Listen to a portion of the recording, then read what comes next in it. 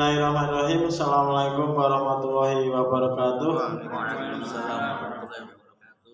Alhamdulillah rabbil alamin. Segala puji syukur kita panjatkan kehadiran Tuhan Yang Maha Esa, Allah Subhanahu wa taala yang telah melimpahkan rahmat serta hidayahnya kepada kita semua. Terbukti pada siang hari ini, pagi hari ini kita masih dapat berkumpul di aula SMK Negeri 2 Sukoharjo dalam keadaan sehat, tak kurang suatu apapun. Ibu Kepala Sekolah yang saya hormati, Ibu Tuti Maria, Sarjana Pertanian, Bapak Wakil Kepala Sekolah yang kami hormati, Bapak Ibu calon guru penggerak yang saya hormati, serta tamu undangan yang tak bisa kami sebutkan satu persatu. Untuk memperlancar acara pada pagi hari ini, kami bacakan susunan acara yang akan kita laksanakan bersama. Acara yang pertama pembukaan, yang kedua menyanyikan lagu kebangsaan Indonesia Raya, yang ketiga sambutan dari Ibu Kepala Sekolah, yang keempat pemaparan materi, dan yang terakhir penutup. Untuk menghemat waktu, marilah acara pada pagi hari ini kita buka dengan bacaan basmalah bersama-sama. Bismillahirrahmanirrahim. Acara yang kedua menyanyikan lagu kebangsaan Indonesia Raya. Bapak Ibu dimohon berdiri.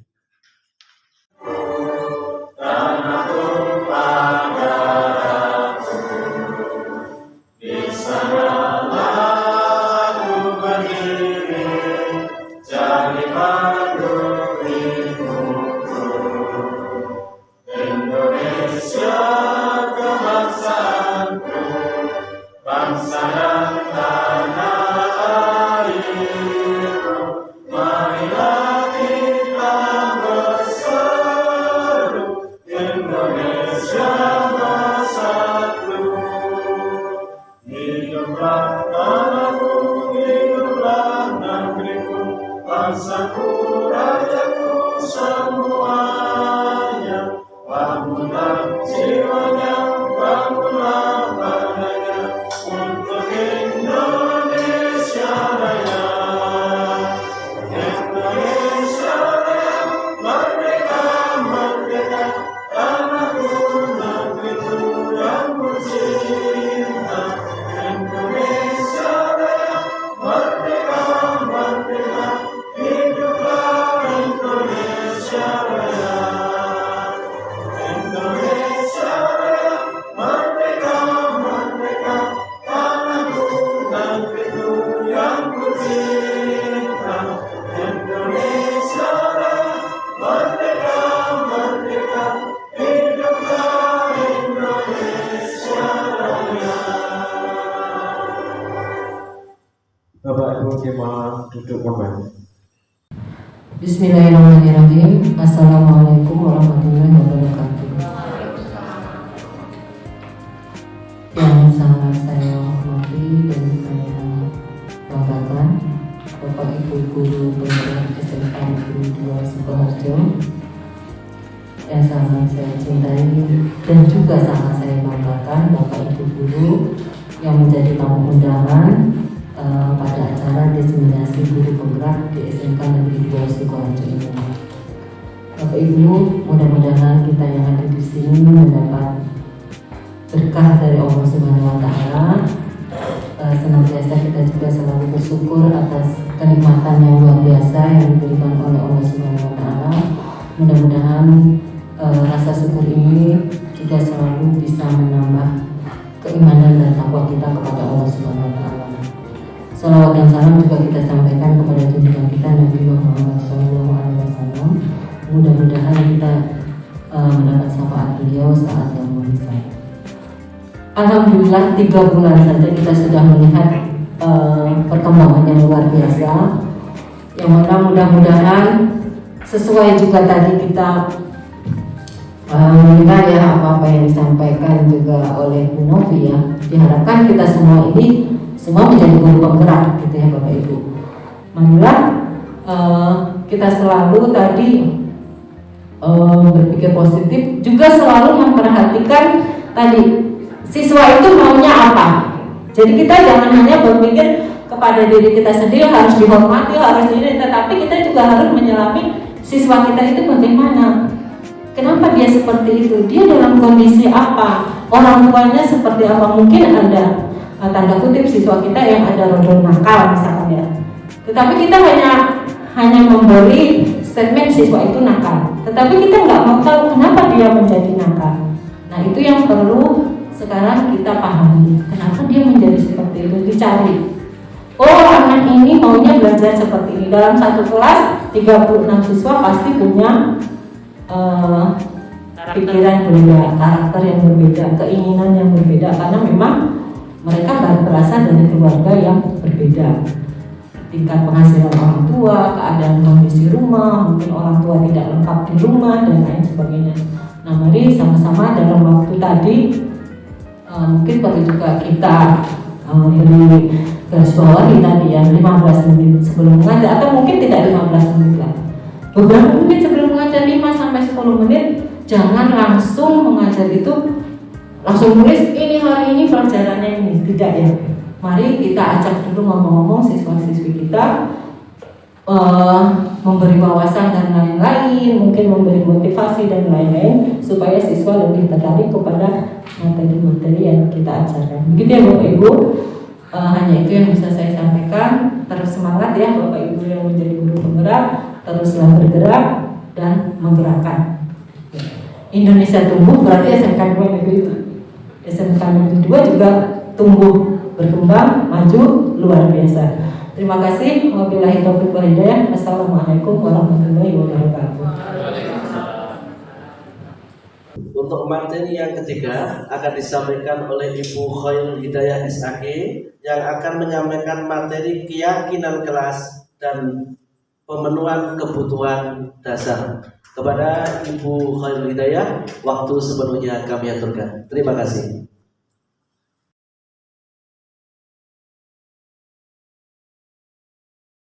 Assalamualaikum warahmatullahi wabarakatuh.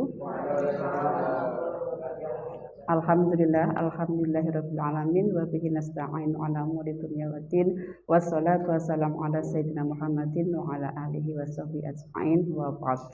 Yang kami hormati Bapak Ibu guru hebat semuanya, semoga tetap semangat meskipun saya bagian yang paling akhir. Nah, ini ya sebelum saya memasuki materi yang selanjutnya, dari tadi kan kita duduk terus. Padahal duduk lebih dari 2 jam itu kan nggak baik. Nah, kita break sebentar ya, saya ajak untuk bergerak juga. Jadi bergerak tidak hanya guru bergerak, tidak hanya menggerakkan komputer, tapi juga menggerakkan fisik kita, menggerakkan badan kita. Jadi saya ajak kalian sebentar untuk melakukan senam tasbih ya. Kita senam sebentar.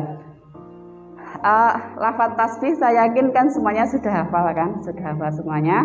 Jadi kita senam tasbih sebentar.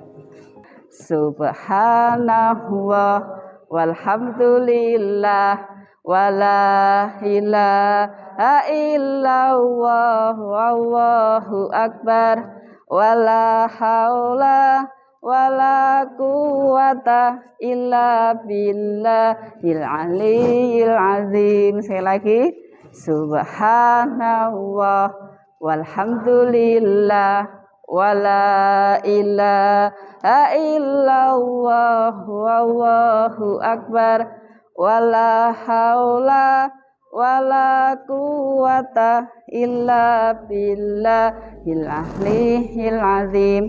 Coba tepuk tangan yang keras buat kita semua. Oke ya Bapak Ibu guru hebat semuanya, tadi sudah disampaikan banyak materi dan saya bingung ini bagaimana caranya mengatur waktunya, karena untuk materi saya itu sebetulnya banyak banget ya. Banyak banget, yang kemarin itu kita harus 2 minggu menyelesaikannya, terus ini harus setengah jam gitu loh ya. Terus nanti kan, terus bagaimana, padahal itu banyak studi kasus dan sebagainya, tapi nggak apa-apa, yang penting nanti sedikit bisa ada perubahan cara berpikir kita dalam memandang murid kita. Saya meneruskan materi dari Bu Rini ya, yang kebagian saya adalah masalah keyakinan kelas. Ya, keyakinan kelas. Mengapa sih? Tapi sebelumnya ya ada tujuannya. Tujuannya memahami keyakinan kelas itu adalah untuk memecahkan masalah-masalah yang ada di anak itu sebagai pondasi agar ke depan itu akan lebih baik lagi. Dan kemudian yang kedua adalah memahami bahwa semua tindakan murid itu adalah untuk memenuhi kebutuhan dasar mereka.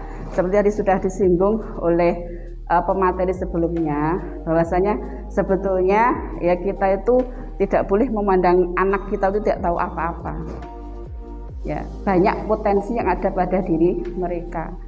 Ketika mereka misalkan beling sedikit ya, jangan kita langsung menjustis mereka, bahkan membentak mereka, menghardik mereka. Tapi apakah sudah kita mengetahui mengapa anak itu seperti itu? Nah, itu yang akan kita pelajari nanti. Next ya, Ci. Mengapa keyakinan kelas bukan peraturan saja? Itu terkait dengan materi sebelumnya yaitu tentang budaya positif. Artinya kalau keyakinan kelas itu adalah sesuatu yang diyakini, yang berupa nilai-nilai baik. Nilai-nilai baik yang diyakini kebenarannya. Kalau peraturan itu kan hanya sekedar gampangannya tertulis, kalau tidak ini harus ini, kalau tidak ini harus ini. Ya, yang akhirnya kan itu hanya sebuah peraturan yang berlalu begitu saja. Efek jangka panjangnya itu kurang baik terhadap diri anak. Nah, bagaimana pembentukan keyakinan kelas itu? Ya, pembentukan keyakinan kelas itu lebih abstrak. Sebetulnya kalau di sini ada kepala sekolah, ada WKS kesiswaan yang berkaitan dengan ini materi yang berkaitan juga dengan mereka. Jadi guru penggerak itu tidak hanya merubah pembelajaran yang ada di kelas, tapi juga ekosistem di sekolah. Ekosistem di sekolah, jadi semuanya itu terkait, semuanya terkait. Nah, pembentukan keyakinan kelas itu bersifat lebih abstrak, ya, lebih abstrak, tidak terlalu terperinci, ya, tidak terlalu terperinci. Kemudian berupa pernyataan-pernyataan yang universal. Nah, keyakinan kelas juga hendaknya tidak terlalu banyak sehingga gampang diingat oleh murid. Coba bayangkan, tata tertib sekolah kita ada berapa itu? Banyak itemnya kan, kalau saya lihat. Lah itu apa murid menghafal semuanya? Kan tidak. Nah, kalau keyakinan kelas itu cukup beberapa hal yang baik, yang positif, yang anak itu mudah untuk mengingatnya. Ya, intinya begitu ya. Oke, next. Nah, contoh keyakinan kelas itu butir kalimatnya yang bagaimana? Kan nanti sangat berbeda kan dengan peraturan kelas ya. Contoh ini, selalu bersikap positif.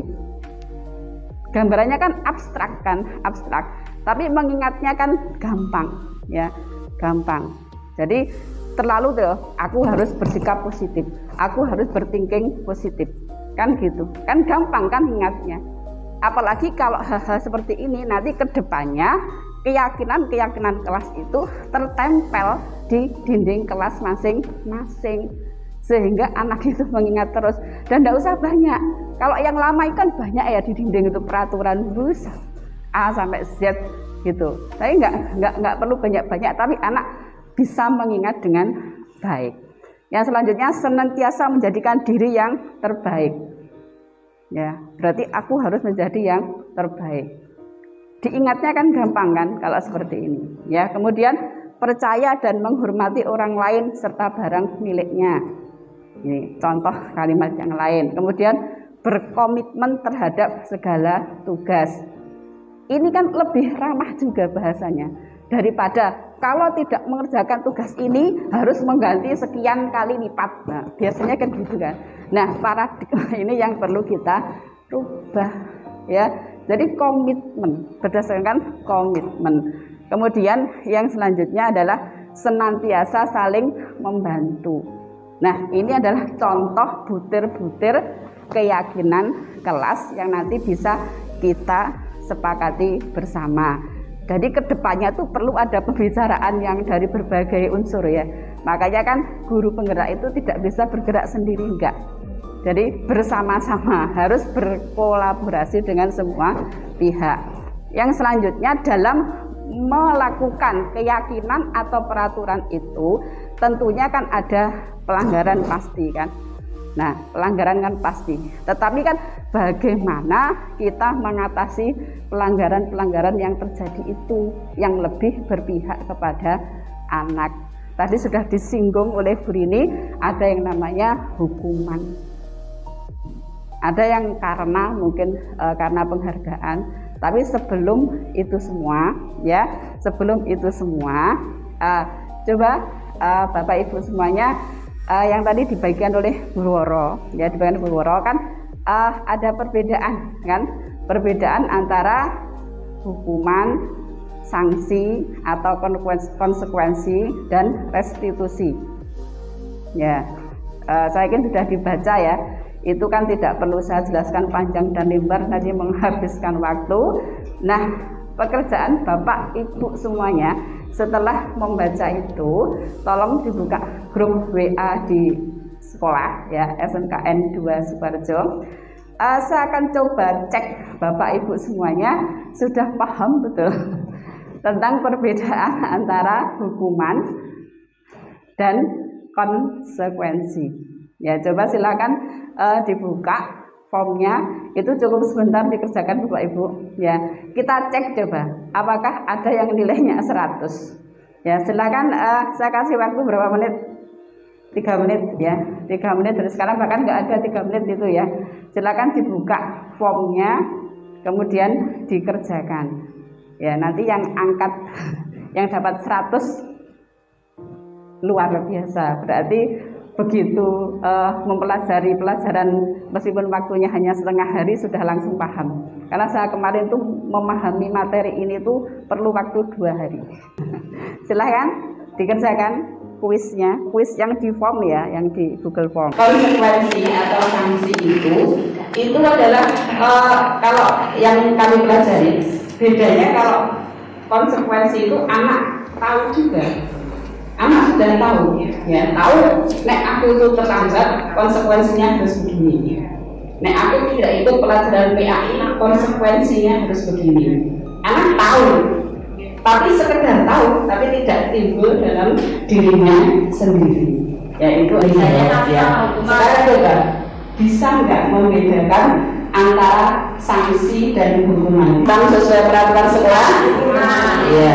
Berdiri di depan kelas sambil mengangkat kaki sambil hukuman 100. Itu benar-benar yang berbeda. Membersihkan tumpahan air di meja tulis karena sanksi. Jadi konsekuensi sanksi.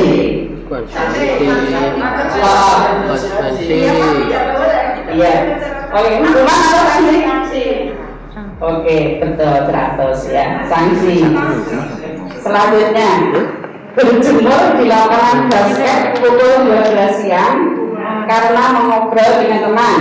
Hukuman. Oke, 100 lagi. Penghargaan justru sama seperti menghukum seseorang. Ya, next. Nah, ada pengaruh jangka panjang dan jangka pendek. Yang pertama, penghargaan berlaku untuk mendapatkan seseorang melakukan sesuatu dalam jangka pendek. Tujuannya kan untuk penghargaan itu, bukan untuk tujuan jangka panjang. Ya, aku melakukan ini karena pengen dapat ini. Itu kan itu bukan. Selanjutnya, jika kita menggunakan penghargaan lagi dan lagi, maka orang tersebut akan bergantung pada penghargaan yang diberikan serta kehilangan motivasi dari dalam. Bergantung terus ya, bergantung terus. Selanjutnya, jika kita mendapatkan penghargaan untuk melakukan sesuatu yang baik, maka selain kita senantiasa berharap mendapatkan penghargaan tersebut lagi, kita pun menjadi tidak menyadari tindakan baik yang kita lakukan. Ya kan, kadang nggak sadar, bahkan bisa jadi loh ya, demi sebuah penghargaan, demi sebuah ranking 1, anak dengan cara nyontek atau curang. Ya itulah ya efek negatif dari sebuah penghargaan. Next, selanjutnya, nah penghargaan tidak efektif ya. Suatu penghargaan adalah suatu benda atau peristiwa yang diinginkan yang dibuat dengan persyaratan. Karena ada syaratnya. Ya, untuk iki nek meniki. orang itu kalau tidak kan tidak dapat. Jadi kan ada syaratnya. Nah, jika saya mengharapkan suatu penghargaan dan tidak mendapatkannya, maka saya akan kecewa. Bayangin kalau dari awal dia berekspektasi tinggi, ranking 1, ternyata hasilnya tidak ranking 1, pasti kecewa anak itu, ya kan? Maka dalam sistem pendidikan modern kan ditiadakan yang namanya ranking. Ya. Selanjutnya, jika kita memberikan seseorang suatu penghargaan untuk melakukan sesuatu, maka kita harus terus-menerus memberikan penghargaan itu. Jika kita ingin orang itu terus gitu ya. Kalau penghargaannya berhenti, ya mereka berhenti. Next, selanjutnya, penghargaan juga ternyata bisa merusak hubungan. Nah, ketika seorang diberi penghargaan atau dipuji di depan orang banyak, maka yang lain akan merasa iri. Ya, kita berarti kan menimbulkan hubungan yang tidak baik antara teman sendiri kan, jadi iri. Nah, jika seorang guru sering memberikan penghargaan pada murid-muridnya, besar kemungkinan murid-muridnya termotivasi hanya untuk menyenangkan gurunya. Ya, terus kan guru sing penting seneng. Enggak guru seneng aku nilainya apik. Kan begitu kan murid-murid kita. Nah, kemudian penghargaan menciptakan persaingan di dalam kelas, dan persaingan itu menciptakan kecemasan. Anak-anak kan orang cemas kan? Waduh, takut nilainya dicibir ya, kan cemas kan? Jadi persaingannya tidak sehat. Ya, kemudian mereka yang percaya bahwa mereka tidak memiliki kesempatan untuk mendapatkan penghargaan akan berhenti mencoba. Bayangkan murid yang tidak bisa bersaing karena sudah merasa nggak mampu.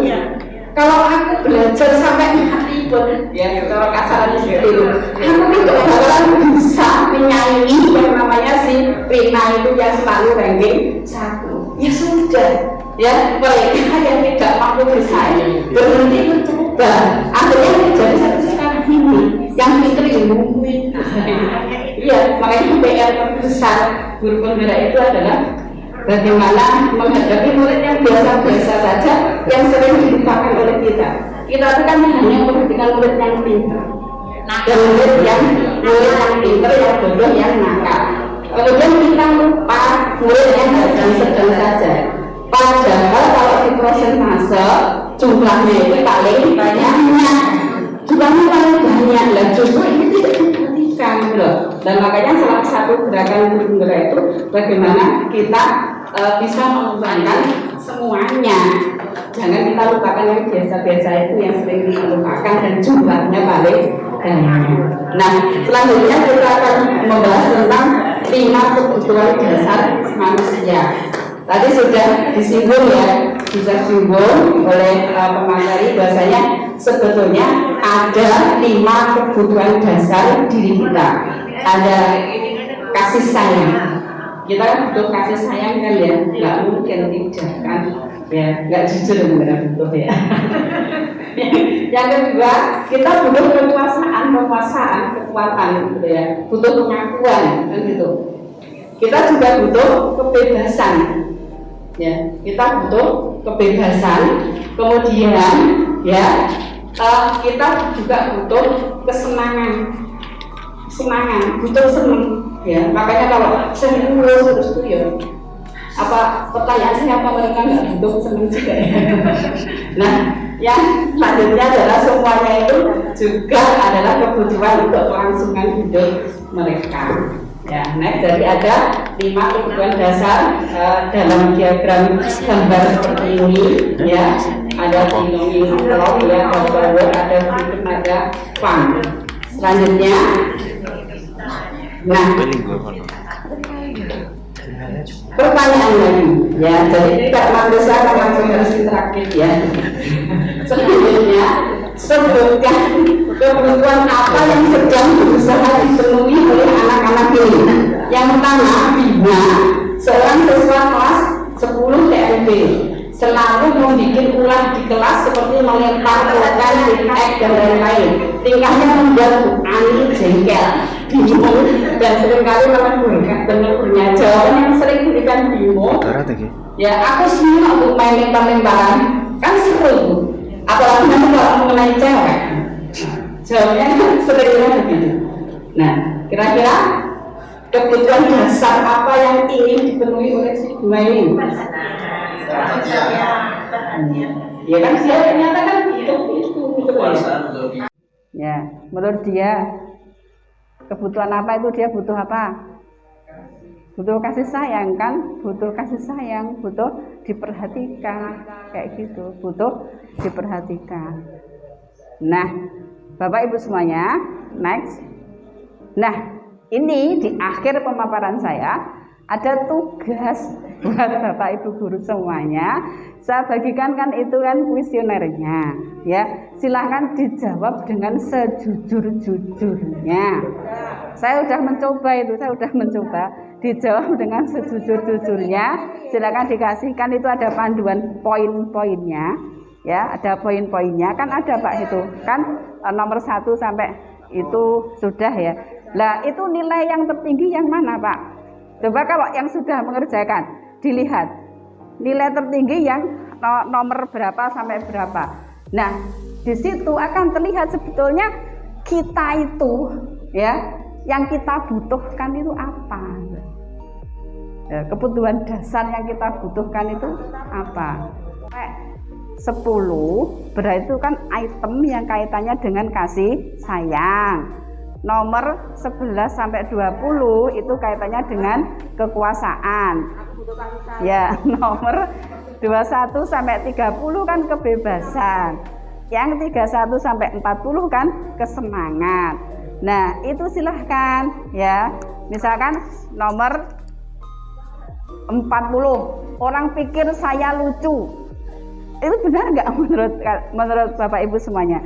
Jika itu sangat aku seperti itu, berarti itu kan dinilai 5 gitu lah ya. Paham nggak ya? Kemudian nanti silahkan dijumlah ya. Item 1 sampai 10 jumlahnya berapa? Item 11 sampai 20 jumlahnya berapa? Sudah paham ya? Nah, sudah paham ya, alhamdulillah. Yang selanjutnya adalah yang mana yang paling besar angkanya? Kebutuhan mana yang paling tinggi? Apakah hasilnya sesuai dengan yang Anda rasakan? Tapi syaratnya dijawab dengan jujur. Nah, selanjutnya, apakah Anda telah bisa memenuhi kebutuhan dasar Anda sesuai dengan tingkatan yang Anda butuhkan? Apa yang Anda rasakan bila kebutuhan Anda tidak terpenuhi? Pernahkah Anda berusaha memenuhi kebutuhan dasar Anda dengan cara yang negatif? Nah, poinnya di situ ya. Ya, jadi kalau kita sudah jujur kebutuhan apa yang ingin kita penuhi, coba jujur, karena ini kan makanya di guru penggerak itu kan kita dibiasakan untuk refleksi Pak ya. Jadi kita bertindak reflektif ya. Coba ya, pernahkah kita itu ya berusaha memenuhi kebutuhan dasar kita dengan cara-cara yang negatif? Ya, sudah ketemu? Oke, silahkan. Oke.